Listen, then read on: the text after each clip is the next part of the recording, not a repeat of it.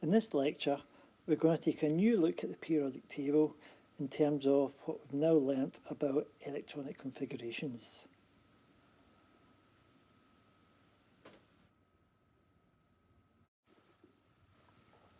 By the end of this lecture, you should be able to recall and explain how the different sections of the periodic table relate to which orbitals are being filled in atoms.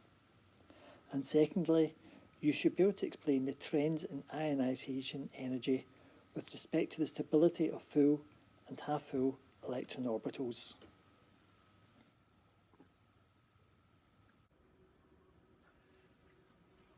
We know that the periodic table is arranged so that atoms in the same group have the same number of outer electrons. So, all the atoms in group 1, I've got 1 outer electron. All the atoms in group 3, I've got 3 outer electrons.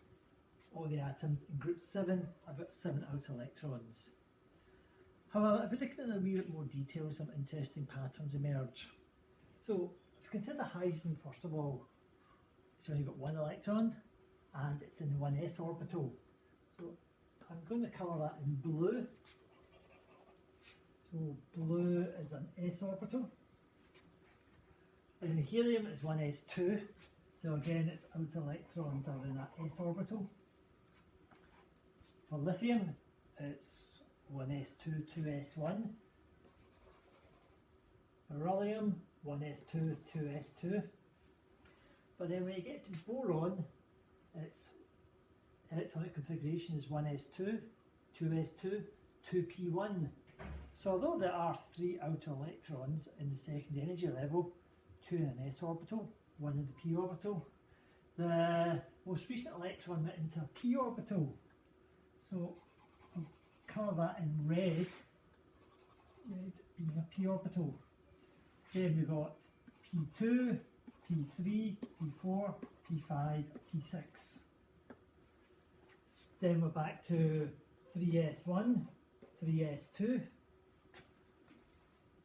then 3p1 through to 3p6. Then it's 4s1, 4s2. Then we hit the first d orbital, the 3d orbital, which takes up to 10 electrons. So all these elements in between group 2 and group 3, the outer electron has just gone into a d orbital, which will go for green. So if we make green a d orbital, so all these, the outer electron is in a d orbital. Then we're back to the 4p orbital.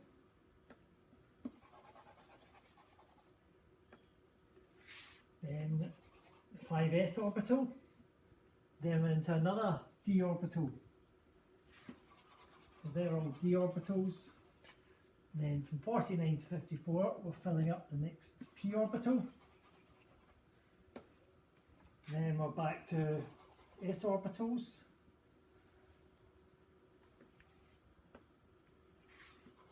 Oops, that's wrong.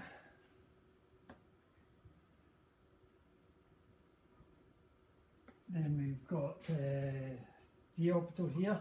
Then we hit these ones, and there's 14 of them, and that's the 14 electrons that go into the first f orbital, the 4f orbital. So let's do that in this browny colour. So that's all the 4f orbital.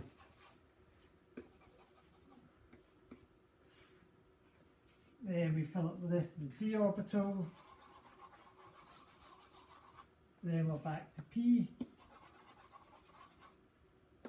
S,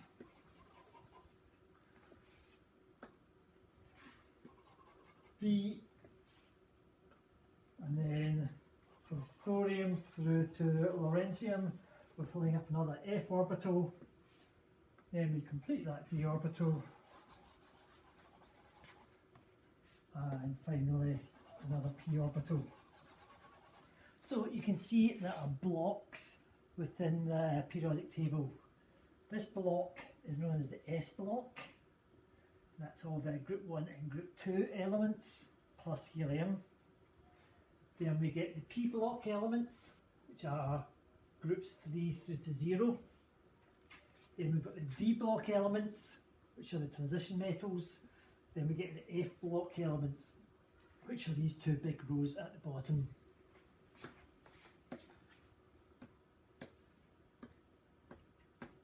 So sometimes you see the periodic table cut up into this format, where we've got the S block elements, groups 1 and 2, with helium having been moved over here.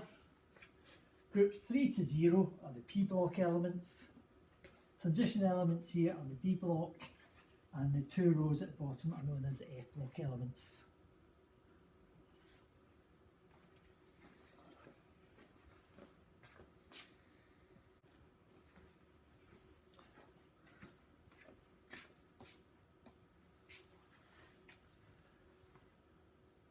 This graph shows the variation in the first ionisation energies of the first 20 odd elements.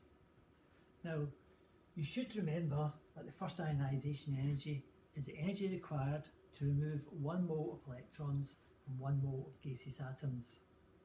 The major trends learnt in higher still hold true. So, as you go down a group, for example helium, neon, argon, the first ionisation energy decreases. This is because as you go down a group, you're adding in an extra energy level, so the atom's getting bigger, and the electrons you're trying to remove are further away from the attractive force of the nucleus. Furthermore, they're shielded from the attractive force of the nucleus by all the inner electrons. The second trend you learnt in higher was that as you go across a period, ionisation energy increases. So for example, lithium to neon. This is because as you go from lithium to neon, you're gradually filling up the second energy level. But the nuclear charge is increasing all the time.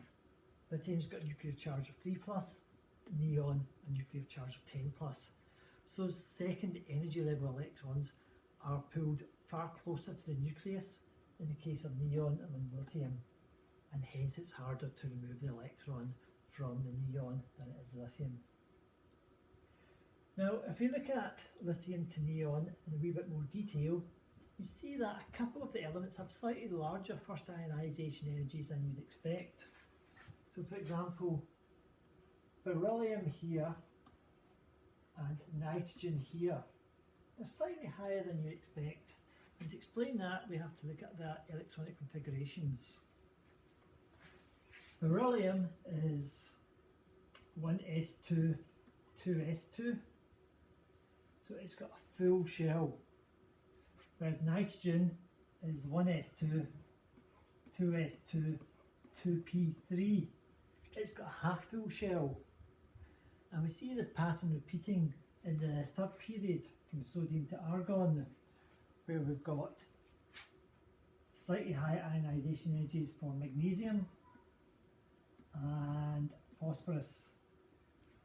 Magnesium has got an electron arrangement, let's see, neon, and then it's 3s2, whereas phosphorus is neon, 3s2,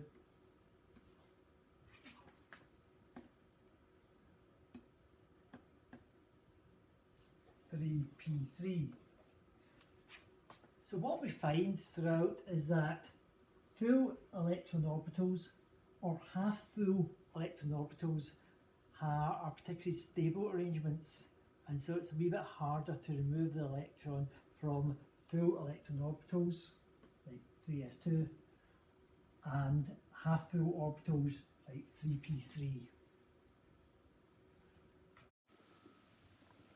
So, now you should be able to recall and explain how the different sections of the periodic table relate to which orbitals have been filled in atoms, and be able to identify where the S block, P block, D block and F block are. And secondly, you should be able to explain the trends in ionisation energy with respect to the stability of full and half full electron orbitals.